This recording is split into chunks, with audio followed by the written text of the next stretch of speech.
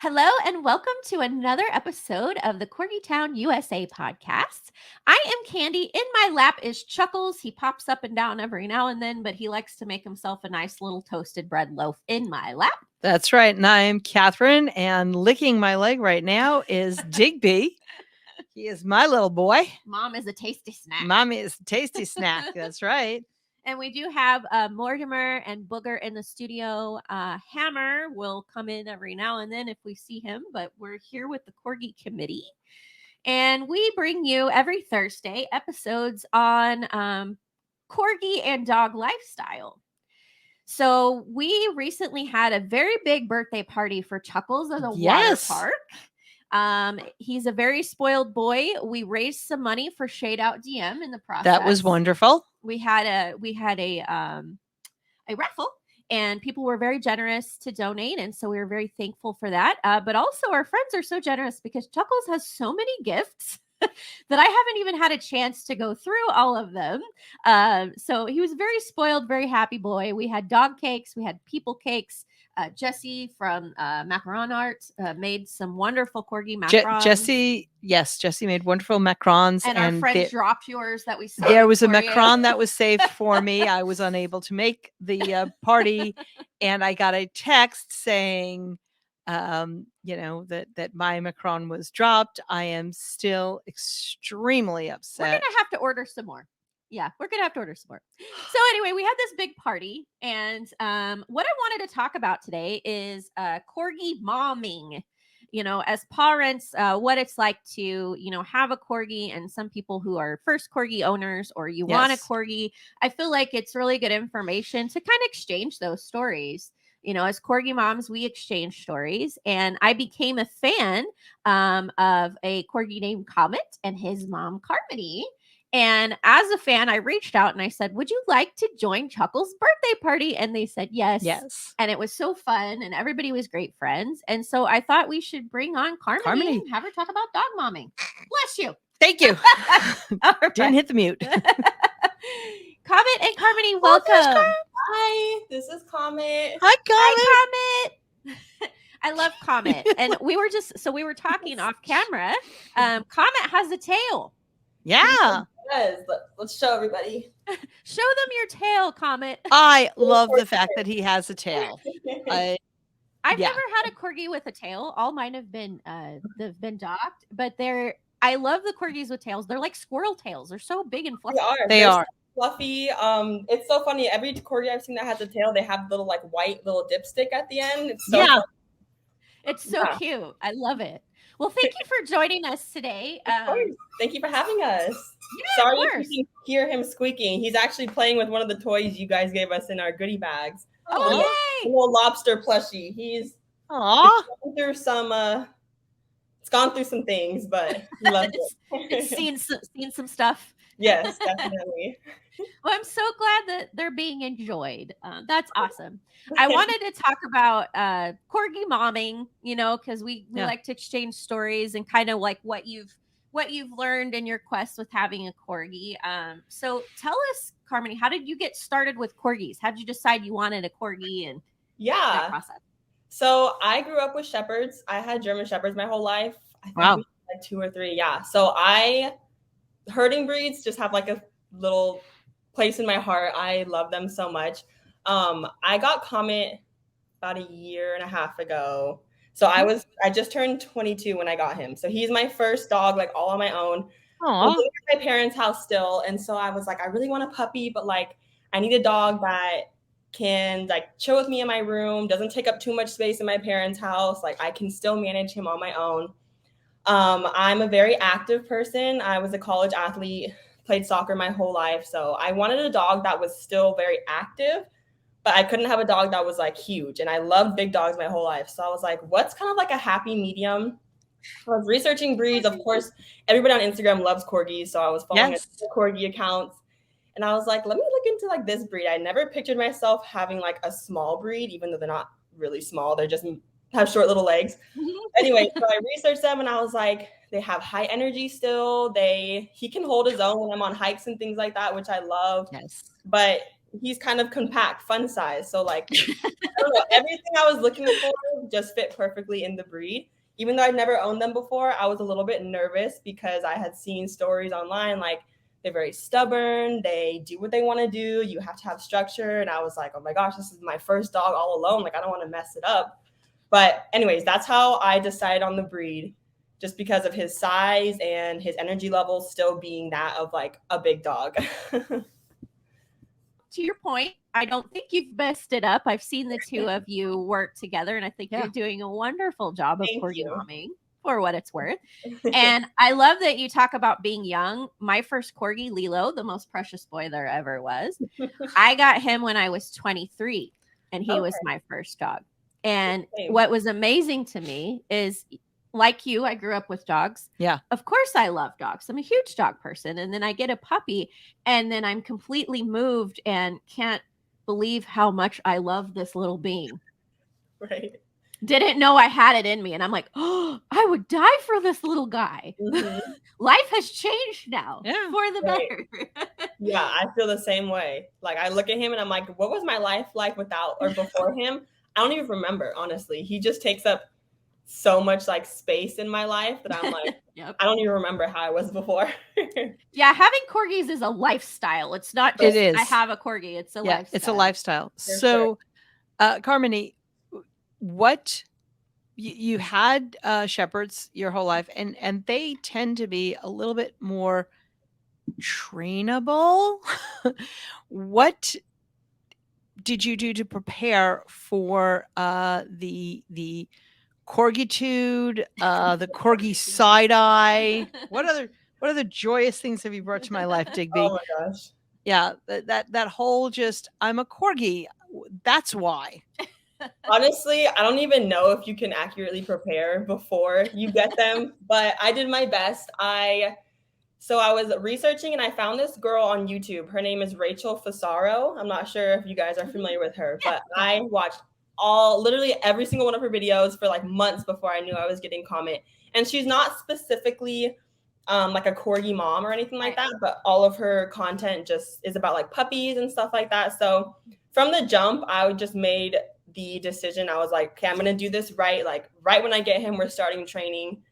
And yeah, I mean, he was such a good puppy. I was so lucky. Like, I know a lot of people are traumatized by the puppy stage and like it's rough for them. Like, I've seen it in my old dogs, like my sister's dog, but I got so lucky. The puppy stage, like, I miss it so much. Honestly, I miss it a little bit more than like his grown-up stage because he was just such a good dog, such a good puppy. He was crate trained, and like by like the second night, he was fine. Like, he made training so easy. So when people say corgis are stubborn, like, yes, he definitely is, but he loves treats. He loves toys. So like finding what his high reward treat was or high reward like motivation was the key, honestly. So I just kept treats around. I kept toys around me. That's honestly how I prepared. I didn't know exactly what I was getting into because I'd never had a corgi before. I had heard they're stubborn, but I had never I never had a firsthand experience with the stubbornness and the side eye and the talking back. But I think we're so good like working off of each other, Comet and I. So it's really just like building that relationship. I spent so much time with him as a puppy, just like holding him, playing him. Like, I was a student and it was kind of during COVID a little bit still. So I was able to like do my classes at home, which was really nice. So I was with him I was with him every single day. The whole day. So we built that super strong relationship. And then, so like now, even though he has attitude and he has his stubborn tendencies, like I know how to deal with it and kind of get him to listen to me in a way. Yeah. If that makes sense. Yeah. So it wasn't just one thing. It was kind of building the relationship, finding what makes him tick, and just like working off of each other. Yeah, you found what motivates him, and I love that. Okay, so now for the bad news. I hear that the second child, I wonder if it goes to corgis. I hear the second child is my Zelda was a rescue. When I had Lilo, my Zelda was a rescue, and she was hell on wheels. But she was also a rescue, so I didn't get the opportunity to train her from a puppy. And she was kind of like a wild animal because she's a rescue, so she didn't come from that great of a situation. But I will say that I had a similar experience to you, Carmany, with Lilo, in that he was an exceptionally good dog.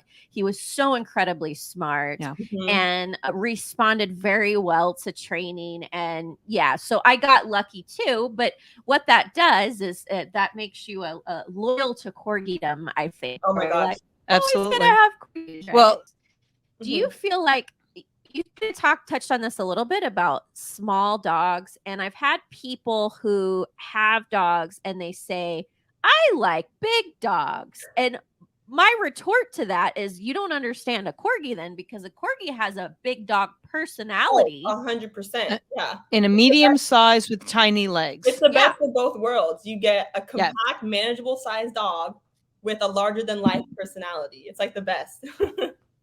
Yes. I remember our friend, so Chuckles' bestie Jax, our friend Jax Corgi, is a very large corgi. He's not fat. He's just substantial. Substantial. That's what I used to call Lilo, substantial, because he was a pretty large corgi. And I remember her telling, it was her boyfriend at the time, but before she got him, she wanted a corgi. And he said, how big do corgis get? And she said, oh, around 20 pounds. And she winds up with a 42-pound corgi, twice the size of what she had promised. In the agreement. So that's what I was expecting with Comet, is because the breeder we got him from, she has very large corgis. So I was expecting him to get 30 pounds. And he's probably the smallest corgi at all of the functions, all of the events at the park. He's like the smallest guy out there. So it's just like, I guess you never really know. It's kind of funny. I was expecting him to be a lot bigger. I would honestly get a lot of comments when he was younger, like, are you feeding him enough? Like, he looks really skinny. And I was just like, yes, I am. I'm doing everything I should. He's just smaller and he exercises a lot. So, well, and he's still growing, though. He is still growing. Yes. I mean, I doubt you're going to have a 40-pound Comet, but I mean, he is still growing. So he'll probably get a little larger. It takes him about 2 years to fully mature into their colors and their size. Yeah. But yeah, I think, and I don't know if you had him next to Booger at all at the party. Booger is a little less social than the rest of my corgis, and she likes her space, but she's very tiny. She's 16 pounds. Yeah. Oh, wow. But she's all corgi. She's all, but she's a rescue too. So I kind of suspect that maybe she didn't get the right nutrition in the beginning. Yes. Yeah. So, but anyway, without digressing any farther, you told us about some of your favorite things of having Comet. Do you have a favorite thing about being a corgi mom? There's so many. So I'm a dog girl.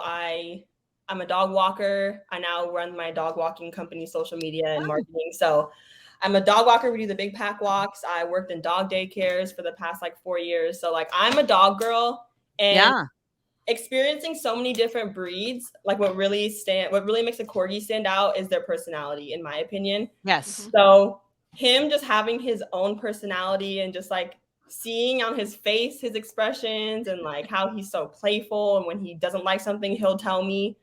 That's probably the best part of having a corgi, is just how just their personality and how much it shines through. Because like in my shepherds, they're very loyal, like they love pleasing you, but corgis are just so different in that they'll please you if they want to and when they want to, you know? Yeah. So they are on their watch. Yeah. Yes. Yeah. I think that's why I fell so easily into corgis, because I've had dogs. I've been for 25 years or more just a cat person, and even before that, growing up, it's cats.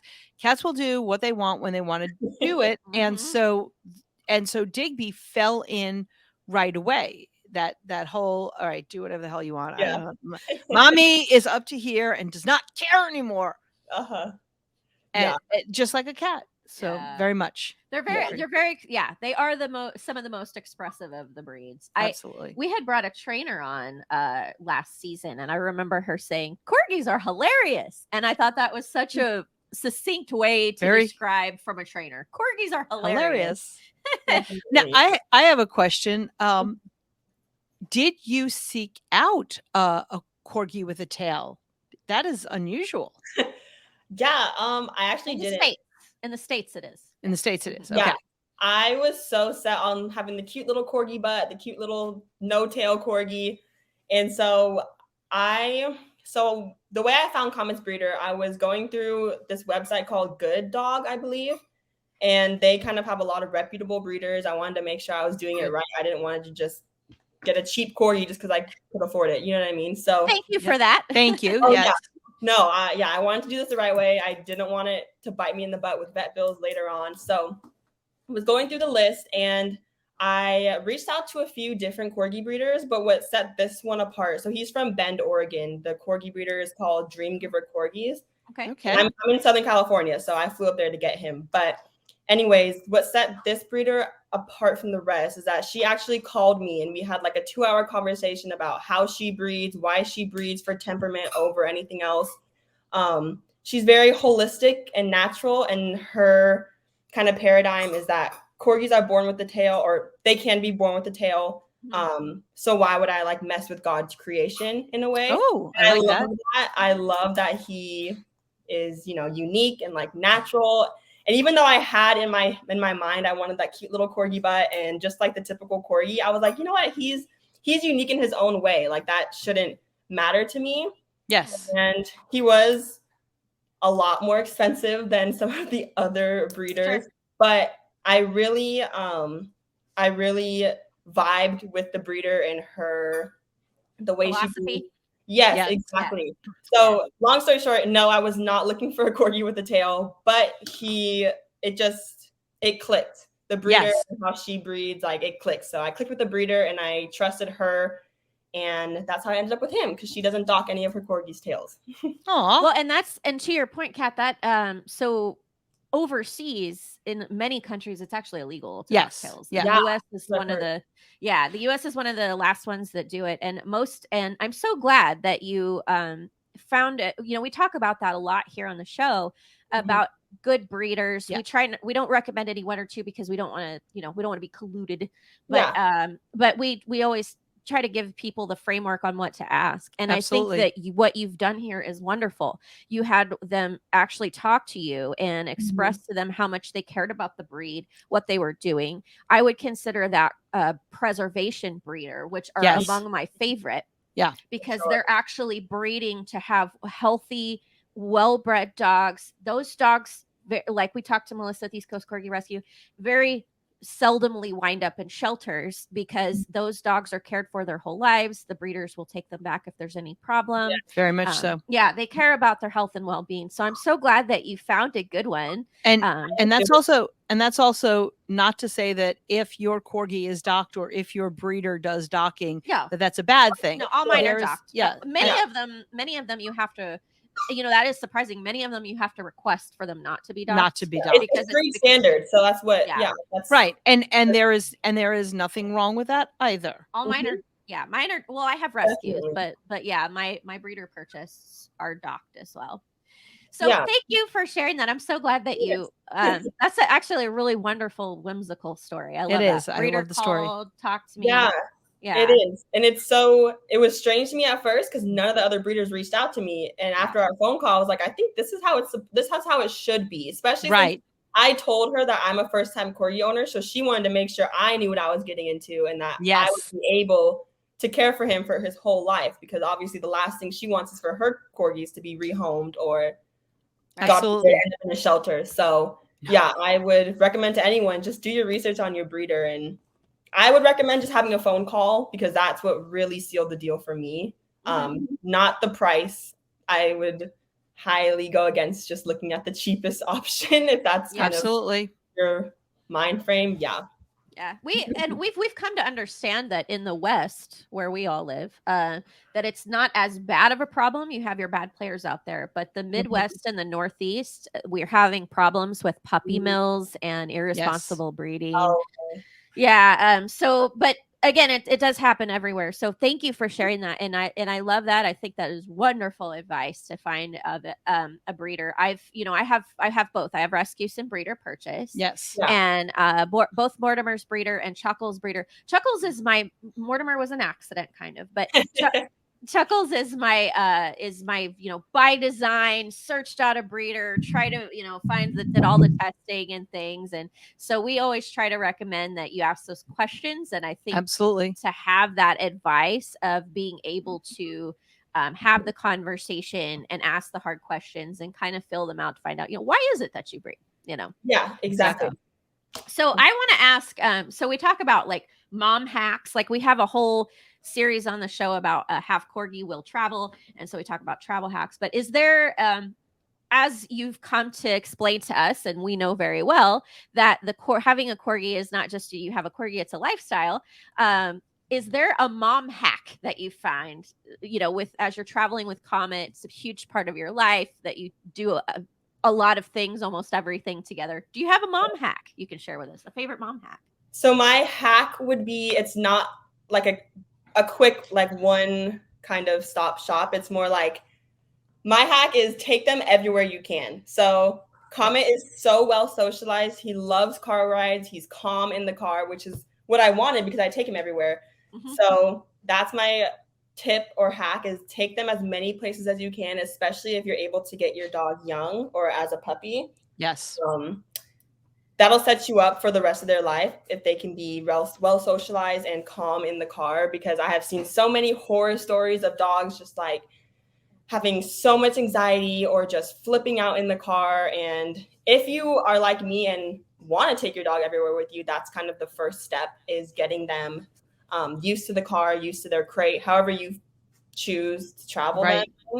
I personally don't use a crate in the car. I have like a little seatbelt and a car seat for him. But from an early age, when I first got him, we took him everywhere in the car. So that's one of my hacks. Another hack, I don't really know if I'd call it a hack, kind of just a lot of people I think would agree, is just crate training. Mm-hmm. Crate training has saved me in so many situations. From the start, I worked on training around his crate. I would throw treats in there. I made his crate like his favorite place. So he absolutely loves his crate. Even to this day, like we still have his puppy crate. I just recently got him a new big Digs crate, a nice, expensive crate. He chooses to go in his old tiny puppy crate. He squeezes himself in there. He sleeps in there every single night because he loves it so much. So I would say definitely crate train, even if you're just like thinking about it. I know some people feel like it's restrictive, or I don't know, but it's been a lifesaver for me in so many different situations. It keeps them safe. It allows you to work. I don't know if you guys work from home. I work from home now. Yes. So it's so nice to just like have him in there with a Kong or something to just keep him busy. But yeah, crate training, socializing are the two biggest things I tell anyone when they get a puppy. Mm-hmm. Yeah, I think those are great hacks. I agree completely. And we crate train too. Typically when they get older as adults, I take up, like Chuckles hasn't been in a crate in a long time. Oh, yeah. But his first, year and a half. Yeah. And Mortimer has not earned his crate freeness yet. No, he has We've not. done it a couple of times and he gets himself into trouble. So. This is what Comet will do when he's unsupervised. This was just the past 10 minutes. So for those listening, not watching, she's showing us his little toy that has been R.I.P. to the toy. Yeah. Yeah. R.I.P. to the toy. Yes. Yeah, absolutely. Well, and I never crate trained any of the dogs. And I remember many years ago when I was in my 20s, and the guy who was briefly my husband at that time had a wonderful dog named Kelly. And looking back and looking at my own Wigan, who is an Australian cattle dog, looking back at Kelly, I think Kelly might have been part Australian cattle dog because he's that smaller. Anyway, Kelly was never crate trained, and I remember going to the pet store once, and the pet store owner explaining. Now, by this time, Kelly is about 12 years old, but explaining that they like their crates, and it's more like you would put a baby in a crib when they're first there, and that was wonderful. And we never crated Kelly, and Kelly was an amazing dog. Anyway, flash forward 25 years, I did not have a dog. Wigan, Digby came to me. Wigan is, of course, crate trained. My fiance always had show dogs, and Digby came to me crate trained, and he likes it, and it broke my heart. So the point being, it broke my heart to see him in the crate for a while, until I realized they like it there. It's a safe place for them. And to Carmany's point, it's when you're training and your crate training, you make it a safe space for them. Yeah. And that's how you have the successful training. And for our newer audience who doesn't know, Digby was my foster. Yes. And he really took to Cat, and so that was how Digby found his new home with Cat. So My forever. and he was a little bit crate trained, and I worked with him a little bit more as well to create that safe space for him. So that Absolutely. crate training was very valuable. It was, and it continues to be. Now Digby and Wigan share a pen most of the time. Mm-hmm. Sort of crate, but they share a pen. It's their safe space. It's their safe still space. applies. Because once upon a time, Mama felt, that we were being restrictive, and Daddy did not, and listened to me and let them run around. P.S. Dogs will eat jalapenos and it won't bother them.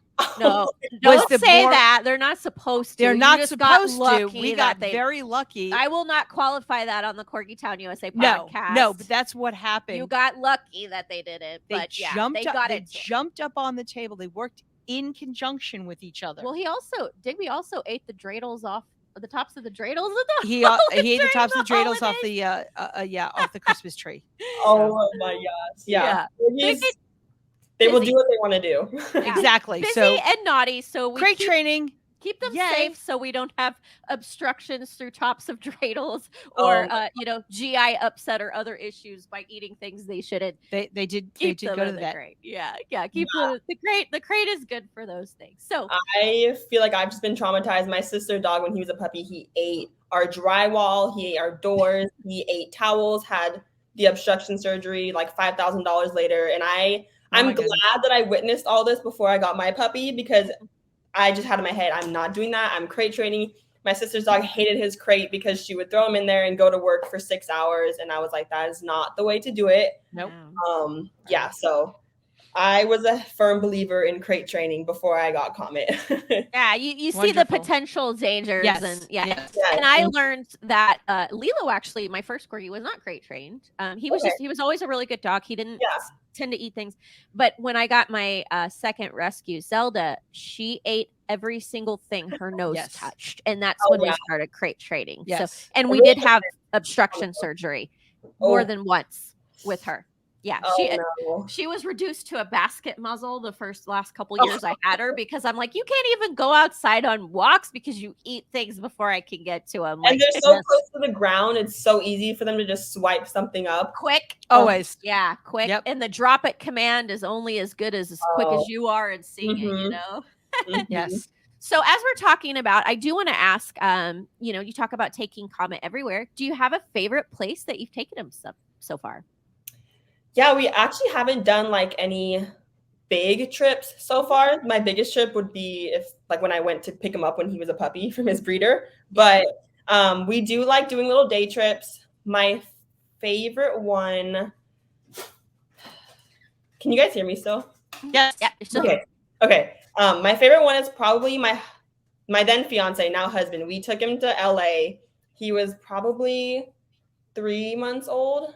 Aww. Right after he finished all his vaccines, we took him to LA, gave him the whole LA experience since he's an Oregon dog. We took him to Griffith Observatory, took him to Olvera Street, got him some pup cubs. We gave him the whole celebrity treatment experience. Took him to the Walk of Fame, all of that. So that was probably my favorite trip, my most memorable trip. But I really just love the day-to-day things, going to the pet store every week. Corgi parent, what do you wish people knew about having corgis? Okay, so a few things. The first thing I wish people knew is that although they have short legs, they have a ton of energy. Mm-hmm. So they are not a lap dog. I mean, obviously it can vary from dog to dog, but for the majority of corgis that I found, they're not lap dogs. They love exercise. They love to get out, and they need to get out. Otherwise, they will wreak havoc in your home. So yes, I wish people would be just prepared for how much exercise they do need, and they need to get out every day. The next thing I wish people knew is that they can have resource guarding tendencies. Mm-hmm. I know a lot of dogs can, but I know corgis especially can. And I did see a few instances in Comet when he was really young of resource guarding. And so from that instance, I was like, nope, we're nipping this in the bud. I did so much training just to get him comfortable with my hand being in his food, my hand being around him while he's eating. Mhm. And I'm so glad we did that from early on, because it can just get worse. I've seen it with my sister's dog. It's so bad. And it's heartbreaking, because those are the reasons why corgis get, or why dogs in general get sent to the shelters, because because of aggression or just things that slowly build over time that people don't necessarily realize. And then one day it's just too much. So they can have resource guarding tendencies. So just kind of do your research and maybe get a trainer, I would suggest. But yeah, exercising, training, we've touched a lot on the stubbornness of them. Be prepared to be talked back to often. Be prepared for their loud bark. They're small, but they are mighty in voice and in spirit. Yes. So they're very talkative dogs, which I hadn't experienced before. So be prepared for that. But yeah, overall, they're so great. He's my favorite breed by far that I've encountered, and I've encountered a lot of them. Yeah, he's perfect in my eyes. Of course he is. We couldn't agree more.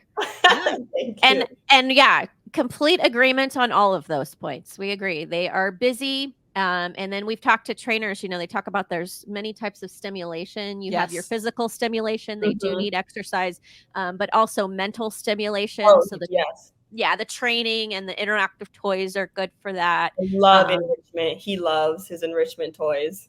I'm so glad we have those. Those weren't really a thing when Lilo was a puppy, but I'm glad that they've caught on, that they're part of, pet ownership. So right. Yeah. It's great. Well, we will let you and Comet get on to the rest of your adventures for the afternoon and evening. But thank you so much. Yeah, thank you for joining us. Yeah, thanks for reaching out to me. I love your guys' account. The birthday party was so much fun. We met so many people. It was so fun. Did you try the macarons? Oh my gosh, delicious. Don't even. Marvin, if you're watching this, you're in trouble with me. If that hits a sore spot, if it means anything, they were delicious. No, I tried a little bit of it, and then I was so busy doing the party that, I actually saved one for Kat, and then our friend dropped it, so I had to text Kat and say, we saved you one. The whole party, I was able to save it for you, and then it fell to the ground, and she's, our friend is never going to live it down that she didn't get her macaron. There's always next year. There's always next year, exactly. Well, we might have them earlier because Mortimer's birthday is, Mortimer and I share a birthday. Yes. So yeah, so we might do the macarons again because those were a big hit. Oh yeah, they were amazing. And Comet loved the cake; he downed it. Those doggy cakes were really good. He loved it. They were from Patriotic Bakery in Murrieta, California, which is right near the dog park where we had Choco's birthday. Okay. And there were two of them, and I believe they were a blueberry peanut butter. The frosting was yogurt. Oh, nice. Was Greek yogurt. So she told me, put them on ice. So I had all these ice packs there. But cool. But yeah, thanks so much. And hopefully we'll see you soon at another meetup. And definitely. Thank you for coming on the show and telling us about being a dog mom. Thanks for having us. Nice to meet you, Candy and Kat. Thank you. Have a great afternoon. You as well. Bye. Bye.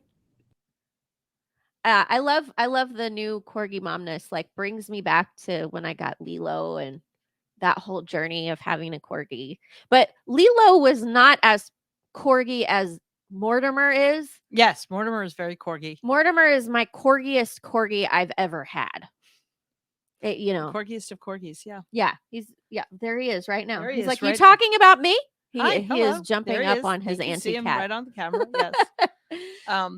My only thing is I'm hoping Carmany's sister doesn't watch the episode. We don't want to get into trouble. Yes. Well, we hope that you've enjoyed this episode. We're here for you every Thursday, all things corgi. We try to bring you content that is both entertaining and helpful for the corgi lifestyle. We definitely agree with Carmany's points and love that she shared with us on dog momming, corgi momming. Corgi momming specifically and dog momming in general. Yep. Yeah. Absolutely. All important things for all breeds. We hope that you have a wonderful night from Candy, Cat, Chuckles, Mortimer, Hammer, Digby, Booger, and Wiggin at home, the entire Corgi committee. We'll see you next week. Bye.